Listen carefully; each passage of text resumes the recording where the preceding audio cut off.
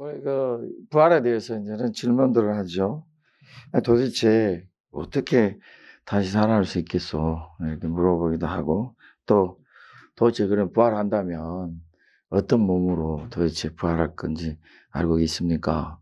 이런 질문은 우리에게만 있는 게 아니고 이제 오래 전부터, 수천 년 전부터 이제 그 질문들이 사람들 사이에 있었다 하는 것입니다. 맞죠? 도대체 우리가 만일에 죽은 사람들이 어떻게 다시 살아날 수 있을까? 그렇다면 만약 살아난다면 그래 좋다. 만약 살아난다면 다 썩어져 없어졌는데 어떤 몸으로 다시 이렇게 살아날까? 이게 궁금하죠. 그래서 성경에 에스겔 선지자가 기록한 에스겔서 37장의 말씀 보면은 거기에 좋은 예가 하나 있어요. 지금 에스겔 선지자가 이제 하나님의 말씀을 따라서 이제 그 환상 중에 보는데 성령님께서 천사가 그를 인도하여 큰 골짜기를 가죠. 산골짜기. 사람들이 인적이 드문 산골짜기인데 옛날에 이제 그게 공동묘지죠. 그 골짜기에 사람의 죽음들을 이제 거기다가 던지는 것인데 이게 노숙자 같은 사람들 또는 무덤을 가질 수 없었던 이 사람들의 장사 지낼 곳이 없는 사람들이 이제 그곳에 던져지는데 거기에 뼈들이 가득하죠. 뼈가 얽히고 설키는 거죠. 이제 한 구가 아니고 수만의 구가 있을 수도 있기 때문에. 그리고 뼈라고 해서 썩지 않은 건 아니에요. 뼈도 오래되면 그게 뼈가 이제 부셔지고 가루가 되고 약해지잖아요. 그런데 이제 그런 곳에 갔어요. 그러면 거기에 우리 눈에 보이는 건 무엇입니까? 뼈입니다. 눈에 보이는 건 뼈예요. 거기에 생명이 있을 수도 없고 사람들이 뭐 뼈를 두려워할 일은 없겠죠. 거기서 뭐 주무시오 그러면 저녁에 뭐 두렵기는 하겠지만은 두려움도 가질 필요 없는 거죠. 그것에 이제 있는데 뭐 기대할 게 뭐가 있겠어요. 자, 뼈가 살아나리라. 믿습니까? 저 뼈가 걸어다닐 것이다. 믿습니까? 아니 도대체 어떻게 저 뼈들이 다시 살아납니까? 그러면 저 뼈들이 다시 살아난다면 도대체 저들이 어떤 몸으로 나옵니까? 물론 여러분들이 보는 영화나 아이들 영화 속에 뼈들이 걸어다니는 뭐 만화 영화도 있고 뭐 드라마도 있겠지만 그건 전부 다 거짓이죠. 그러니까 사람들이 만들어낸 얘기니까. 여러분들이 그 뼈를 어떻게 과뼈에 어떻게 하느냐? 그래서 이제 우리가 창세기 말씀으로 다시 가보죠. 하나님께서 사람을 지으실 때 제일 먼저 이제 성경에 나와 있는 게 뭐냐면 주님께서 사람의 형상을 만들고 그 안에다가 이제 몸에 우리 장기들을 다 심어 놓으시고 뼈를 두르시고 힘줄을 놓으시고 살을 덮으시고 가죽을 덮어 주셨다. 이 말씀이 창세기에 나와요. 몰랐죠? 창세기 말씀이 상세히 나와요. 하나님께서 그를 덮으셨어요. 1장에 보면은 요즘에 그럼 사람 의사들이 또 과학자들이 사람 몸에 대해서 어떻게 생각하느냐? 사람 몸에서 생각하는 사람 두 가지 종류가 있어요. 하나는 자기들이 인체를 공부하면 공부할수록 연구하면 연구할수록 또 자기들이 사람의 몸을 이제 수술하고 치료하면 할수록 신비함을 느끼는 의사가 있고 어떤 의사들은 의사가 직업이어서 뭐 전혀 그런 생각도 없이 자기가 무슨 기술이나 지식 가지고 그냥 사람들 거의 그냥 짐승 취급하고 물건 취급하듯이 이렇게 그러니까 행동하는 사람들이 있고 그런 의사들은 뭐 의사는 맞지만은 그게 직업군이고 그러니까 원래 좋은 의사를 잘 만나야 되는데 그런 사람의 몸에 대해 신비함을 느끼는 의사가 말하기를 이게 참 신기하다. 사람이 제일 중요한 부분을 갖다가 뼈가 다 이렇게 둘러싸고 있고 왜 뼈가 둘러싸였는지 저들은 알죠. 뭘 보고 알아요? 사람을 보고 알아요. 그래서 옛날에 보면 사람들 제일 궁금한 게 사람의 속에 뭐가 있을까? 그게 궁금했죠.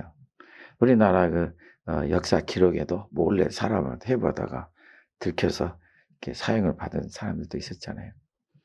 뭐 외국에서는 사람들 아주 사람을 사서 이제 맞지도 안 하고 이렇게 사람의 살을 벗겨내가지고 그 안에 근육과 힘줄을 본 사람들도 있지만 또 일본이나 독일은 살아있는 사람을 막 인체 실험하기도 했잖아요.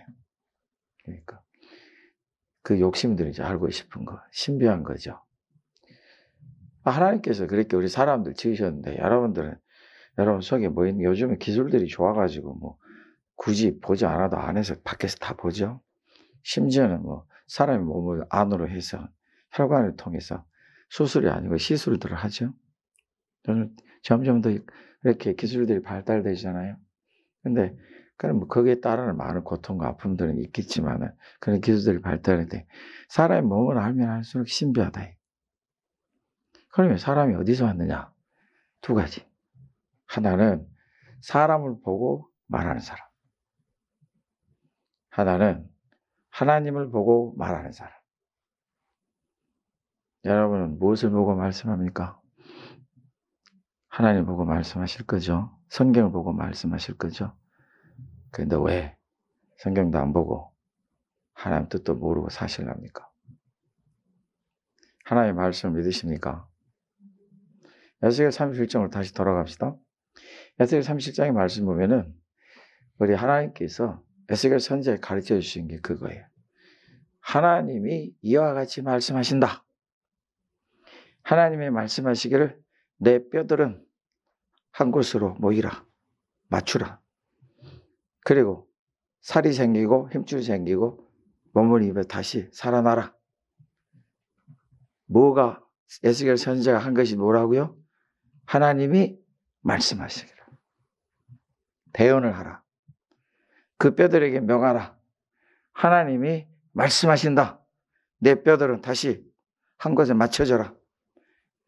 성경이 분명히 말씀하시고 환상 중에 뼈들이 각각 자기 짝을 찾아서 맞춰지고 거기에 힘줄이 생기고 살이 생기고 힘줄이 생기고 살이 생겼다면 우리 몸에 장기들이 다 생긴 거죠. 여러분 우리 하파가 어디 있어요? 우리 심장이 어디 있어요? 우리 간이 어디 있어요? 우리 장이 어디 있어요? 우리 머리, 뇌가 어디 있어요? 다 여러분도 알고 계시잖아요. 저는 잘 몰라요. 이제 관심을 갖고 한번 알아보려고. 사람들의 몸이 도대체 지어진 바 되는데 사람들은 온갖 말들을 해요. 자신감을 가지고 이렇다 저렇다 얘기하는데 도대체 그 신비한 것이 어떻게 생겼는지 설명을 잘 못하죠. 어떻게 생겼어요? 이제 그 엄마 뱃속에서 나왔죠. 또요. 어떻게 생겼어요? 오래전에 뭐 생명이라는 게 있었죠. 또요. 그 생명이라는 게 어떻게? 도대체 생명이 자라나고 커지는 거하고 몸의 모든 장기들이 자라나고 커지는 것과 무슨 상관이 있어요? 생명이 있었대. 아무 장기도 없고 기능도 없고 눈도 없고 입도 없고 뇌도 없는 생명이 있었대. 옛날에 언제요? 제가 초등학교 때는 수십억 년 전이었어요. 요즘에는 더 멀어져 가지고 수백억 수천억 년 전이에요. 가면 갈수록 더 멀어질 거예요. 왜 그러는지 알아요? 사람이 살아오면서 이때쯤이면은 이 정도 뭐가 변화가 될 텐데 아무 일도 안 벌어져요. 그러니까 그 숫자가 자꾸 길어지는 거예요. 과학자들 자료 보면 이거 목사님 참 모르는 소리 하지 마세요. 좀 심한 분들은 저 무식한 목사 또 엉터리 같은 소리 한다 하겠지만 저는 그들이 되게 어리석고 무지하고 심지어는 미련스럽게 보입니다. 도대체 자기들이 아는 지식이 어디까지인가요? 요즘에는 더 세분화돼 가지고 의사들도 자기는 뇌 전문이라고 자기 소개 폐 전문한테 소개시켜 줄 테니까 거기 가서 진찰을 받으래. 목사님 저는 안과 전문인데 왜 저한테 이렇게 장기에 대해서 물어보십니까? 저는 안과예요. 그러니까 제가 소개시켜 줄 테니까 그 병원 가셔서 진찰을 받아보세요. 이러면 좀 그래도 양심 있죠. 이 가정 전문의들은 자기들이 다 합니다. 온 우리 인체를 갖다가. 우리 주변에도 있어요. 다 알아요. 다 알아서 다 약을 처방해 줘요. 여러분들이 주님 앞에서 지혜로운 자가 되실 겁니까? 어리석은 자가 되실랍니까? 무엇이 중요합니까? 할렐루야. 마음을 주님 앞에 두셔야 됩니다. 에스겔 선지자가 딱 하나님께 받은 말씀이 이거예요. 하나님이 말씀하신다. 창세기 말씀으로 가봅시다. 하나님 세상을 지으실 때 어떻게 지으셨어요? 말씀으로 지으셨어요.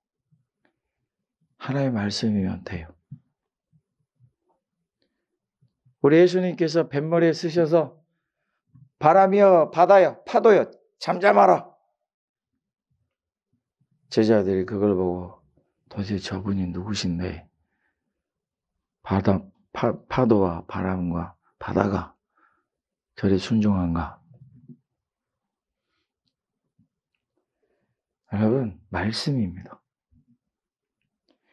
말씀이 뼈들에게 임하니까 뼈들이 맞춰지고 살아나고 눈이 생기고 귀가 생기고 머리가 나고 뇌가 다시 회복이 되고 우리 몸이 회복이 되고 저들이 큰 군대로 인해서 짝을 지어서 짝 씁니다.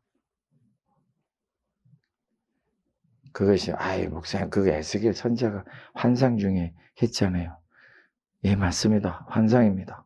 그러나 분명히 우리가 들어야 될 것은 하나님의 말씀이 있었다. 부활은 하나님의 말씀입니다. 말씀 되신 분이 먼저 부활의 시작을 우리에게 보여주셨습니다. 그리고 우리도 이렇게 부활할 거라 하셨습니다. 말합니다. 제가 요즘에 들어서 이런 말을 자주 하잖아요. 도대체 사람이 이게 이제 죽어서 묻혀서 흙이 되고 뼈가 남고 나중에 수십 년 지난 다음에 살펴보면 그 뼈들이 어떤 게 부식돼가지고 좀 이렇게 사라진 부분도 있고 그런데 그거는 그래도 좀 그렇다 그럽시다. 그러면 요즘에는 사람들이 그리스도인이고 비그리스도인 간에 화장들을 하는데 화장을 할 때 요즘은 보여주죠. 보여주더라고요. 백지에 화장터 갔더니 다는 안 보여주시면 딱 창문을 만들어 놓고 전에 그것도 안 보여주던데 그래서 이제 마지막 관이가 뭡니까 뭐라 그러죠? 또 잊어버렸는데 그 속에 들어가서 이제 불로 수천도로서 그 순식간에 이제 태우잖아요. 자, 태워요. 나중에 이 사람들이 그걸 딱 열어서 그 긴 판에 이제 거기서 뼈를 이렇게 골라냅니다. 그거 다 보여줘요. 시커먼 재 속에서 이렇게 찾아내가지고 골라내서 그걸 가지고 와서 또 그걸 갖다가 여러분들이 이만한 통에다가 빻디다 또 빻아서 이만한 통에 집어넣어서 줍니다. 그걸 갖다가 사람들 선택하지 요즘에 항아리 담은 채로 낙골당에 딱 놓든지 아니면 땅에 묻든지 아니면 어떤 분들은 수목장이라는 게 잘못 알아가지고 막 거기다 뿌리는데 뿌리는 거 요즘에 불법이라 그러잖아요. 안 돼요, 오염 때문에. 나무에 그것도 다 간격이 있습니다. 나무에 2m인가 떨어져가지고 그 속에 파서 묻더라고요. 나무 바로 밑에 묻는 게 아니고 그게 수목장. 그러면 목사님 그런 사람들은 어떻게 부활합니까? 도대체 그 사람들은 어떤 몸으로 나오게 되죠? 대답은 이것입니다. 하나님의 말씀입니다. 이 세상을 있게 하신 말씀. 사람을 만드신 말씀. 그 말씀입니다. 36절에 어리석은 자여 네가 뿌리는 씨가 있지. 여러분 씨들은 되게 비슷합니다. 원리가 거의 똑같습니다. 크기가 다르고 색깔이 다르죠. 검은 씨도 있고 노란 씨도 있고 하얀 씨도 있고 다 크기도 다르고 모양도 각양각색입니다. 그런데 씨들은 거의 똑같아요. 원리가. 그 속에 뭐가 있어요? 순이 싹이 있어요. 그걸 덮고 있어요. 딱딱한 껍질 속에 부드러운 게 있고 그 안에 조그만 순이 있습니다. 싹이. 그 안에 있는 부드러운 건 썩어서 영양분이 될 거고 씨가 자라도록 껍질은 벗어지고 썩어서 그것도 땅을 단단하게 붙잡는 영양분이 될 겁니다. 그나 작으나 똑같아. 어리석은 자여, 내가 뿌리는 씨가 죽지 않으면, 썩어지지 아니하면 살아나지 못할 것이다. 믿으십니까? 땅속에서 이따금 보면은 씨가 그대로 있는 거 보신 적 있습니까? 딱딱한 껍질을 가진 씨. 그건 죽은 거예요. 소용 볼 필요도 없어요. 썩어서 없어져야 생명이 나옵니다. 왜 그 너희들은 도대체 그들이 자라고 나올 때 어떤 모습으로 나옵니까? 씨가 씨처럼 나옵니까? 씨가 썩어서 그 조그마한 것들이 썩어서 어떤 모습으로 나옵니까? 이것을 오늘 성경이 말씀해 주시는 거예요. 완전히 다른 모습으로 나오잖아요. 저와 여러분들은 모르겠네요. 여러분들 중에는 씨를 알아보는 사람들이 있겠죠. 아이 목사 이건 무슨 씨예요? 꽃씨들을 봐도 내 눈에는 다 똑같은데 이거는 뭐 장미꽃씨, 이거는 뭐 국화씨, 잘도 알더라고요. 네, 저도 씨는 알아요. 한 가지, 호박씨. 그건 알아요. 네. 여러분들이 그걸 보고 그 속에 뭐가 있는지 아무도 모르잖아요. 근데 심어요. 무엇으로 심어요? 믿음으로 심어요. 나중에 그것이 자라나서 또 다른 형체를 보이잖아요. 완전히 다른 모습을 보인다고요. 성경을 그걸 말씀하세요. 37절에 한번 같이 한번 읽어보겠습니다. 내가 뿌리는, 우리 소리가 이거밖에 안 됩니까? 내가 뿌리는 것은 장래 희망을 뿌리는 것이 아니요. 죄송해요. 장래 형체를 뿌리는 것이 아니요. 다만 밀이나 다른 것의 알맹이 뿐이라다. 여러분들 거기다 뭘 심으셨어요? 씨를 심었지 이 씨가 자라서 어떤 모습을 할 걸 심지 않았다는 거예요. 장래 형체는 뿌리는 게 아니라 씨를 뿌리는 건고 그 씨는 죽고 썩어서 형체를 만들어낸다. 38절 한번 같이 읽겠습니다. 하나님이 그 뜻대로 그에게 형체를 주시되 각 정자에게 그 형체를 주시느니라. 무엇대로요? 하나님의 뜻대로, 하나님의 말씀이 거기에 있어서 저들이 심겨지고 썩어지고 죽어지면 형체를 내요. 장미씨에서 씨를 얻어서 심으면 장미 모습이 나온다고요. 그 씨에 무슨 그게 장미 형체가 있습니까? 그 알맹이를 심으면 나온다고요. 여러분들이 복숭아 드시고 복숭아 씨 심어본 적 있어요? 요즘은 과일들이 따로 종자를 얻어야지 아니면 얻지도 못하는데 뭐 저 여러분들 어렸을 때 호기심 많아서 마당에 묻어 보신 적 있잖아요. 예. 진짜로 저희까지는 성공했어요. 장독 옆에 넣어놨더니 한 30cm 정도는 자라더라고요. 그 다음에 자랄 수 없어요. 땅이 척박하기 때문에. 어떻게 여러분 장래 형체가 아니라 알맹이만 심었을 뿐인데 하나님의 뜻대로 하나님의 말씀대로 그것이 자라나서 형체를 이루더라고요. 우리가 오늘 읽은 39절 읽지 않은 그 밑에 말씀을 보게 되면 우리에게 설명을 주시잖아요. 그에 대해서 우리가 땅에 있는 육체들이 있고 형체가 있는데 그 육체는 다 같은 육체가 아니다.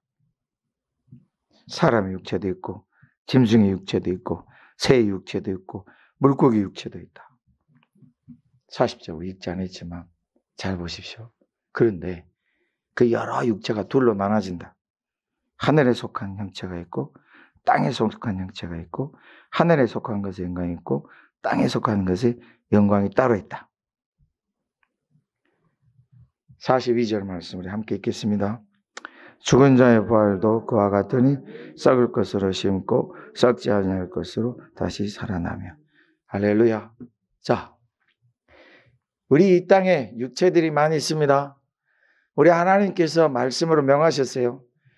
창조하실 때 보게 되면 각기 그 종류대로 내라 하셨어요. 하늘에도 땅에도 바다에도 물속에도 그 물속에서 만드실 때 보게 되면은 너희 물들아 여러 종류의 생물들을 내라. 생명 있는 생물들을 내라 하셨어요. 물에 뭐가 있습니까? 생명이 있어요. 사람의 몸도 물이 몇 퍼센트 차지한다고 그래요? 70% 차지한다고 그래요. 여러분, 한우 안 먹고 죽은 사람은 없지만 물이 없어서 죽은 사람은 많이 있습니다. 쌀밥 안 먹고 보리밥 먹어서 쓰러졌다는 한 사람도 없어요. 물을 안 먹어서 쓰러졌다는 사람들은 많이 있어요. 아무리 고기가 많아도 물이 없으면 사람들이 쓰러지잖아요. 옛날 등산 갔던 사람들이 어리석게도 온갖 진수 성찬을 준비해 가놓고는 거기서 먹는데 물이 없는데 물이 있을 거라 생각했는데 산에 물이 없어요. 보통 산에 가면 우리나라는 물들이 있잖아요. 물이 없어. 그래서 그 물을 찾으려고 하다가 산속에서 길을 잃어버려가지고 수십 일 만에 발견된 사람들이 있잖아요. 한우 10건을 가지고 산에 가도 물이 없으면 안 돼요. 물만 가지고 가면요. 산에 있는 거 온갖 거 뜯어먹고 살 수 있어요. 하나님 말씀하시기를 너희 물들은 그 생물들을 내라. 말씀이에요. 하나님 말씀 모든 육체들을 갖게 하신 거예요. 그래서 말에게서는 망아지가 태어나고 소에게서는 송아지가 태어나고 사람에게서는 사람이 태어나고 개에게서는 강아지가 태어나고 고양이에게서는 야옹이가 태어나고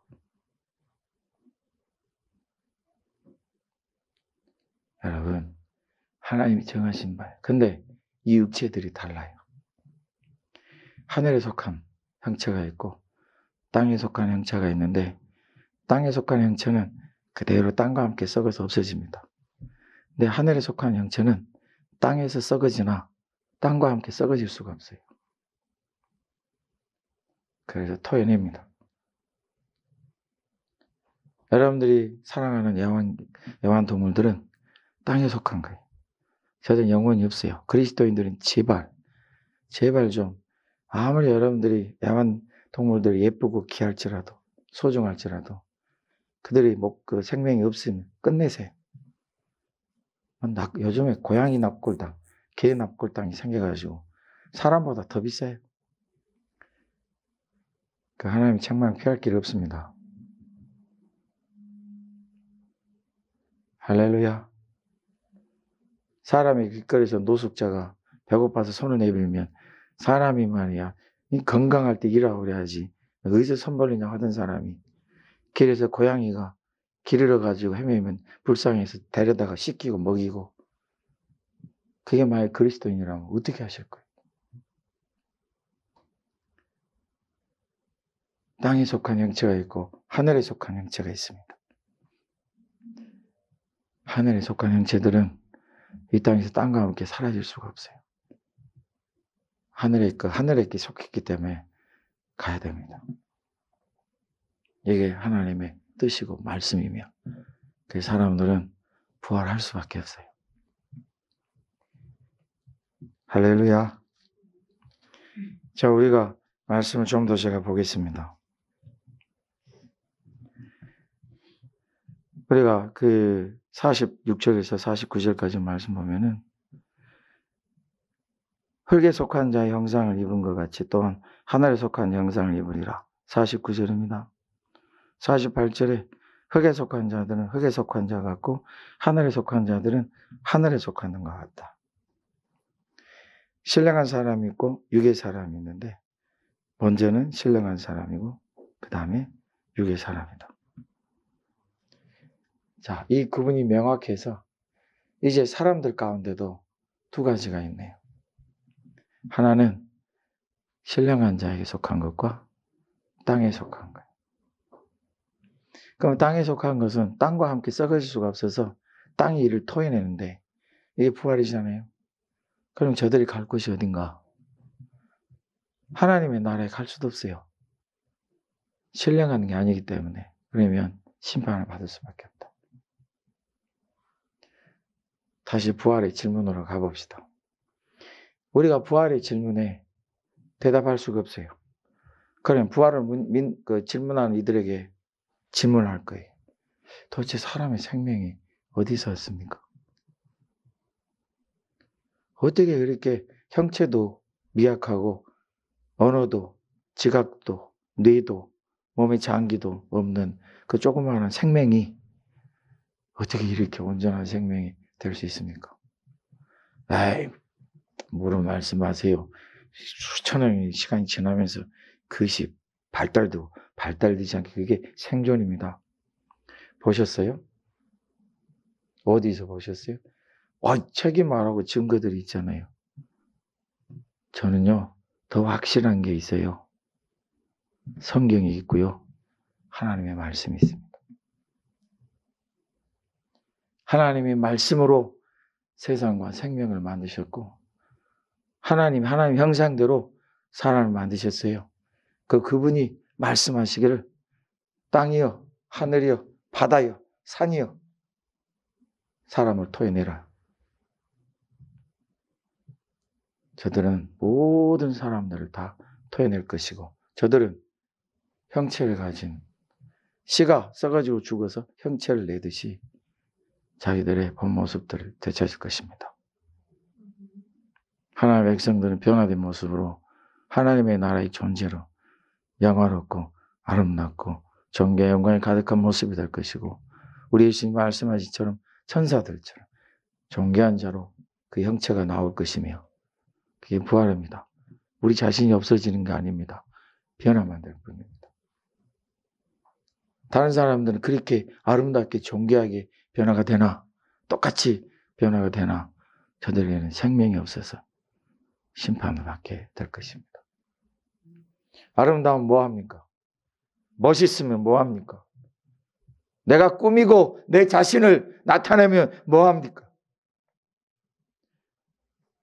목사님 교회에 올 때는 단정하게 오는 맞습니다. 교회 오실 때는 아름답게 오시면 참 좋습니다. 단정하게. 그냥 일하다가 운동화 질질 끌고 누구 친구 만나러 간다 그러면 그냥 전에 보니까 저분이 누구를 만나러 가는데 저렇게 멋지게 하고 간다냐 이렇게 질문이 들 정도로 멋지게 하고 가시고 교회 올 때는 그냥 안 됩니다. 멋지게 하고 오십시오. 멋진다 그래서 어디 막 가라는 게 아니고 단정하게 오십시오. 얼마나 아름답고 보기 좋습니까? 요즘에 우리 파주 동산교회 모습들이 아주 너무 좋아요. 찬송을 몇 번 했더니 아주 달라졌어요. 보기 참 좋습니다. 앞에 제가 보면 얼마나 신이 나는지 몰라요. 네. 그래도 젊은 사람 못 쫓아가요, 우리가. 축복합니다. 참 너무 좋아요. 우리 교회도 청년들이 있어서 아름답게 한 모습 보면 참 좋죠. 그러나 여러분들의 몸을 위해서 살지 말고 주님을 위해서 말씀을 붙여 살면 여러분의 모습이 그 형체가 더욱더 풍성해질 줄로 믿습니다. 부활을 믿으십니까? 부활은 장래의 형체입니다. 지금 우리는 알 수 없습니다. 그러나 하나님의 말씀이 있습니다. 그 말씀이 우리를 살려내시고 부활케 하시고 하나님의 나라에 이르게 하실 것입니다. 그러면 여러분들이 아이고 제가 분명히 들었어요. 누구한테 들었어요. 오래전에.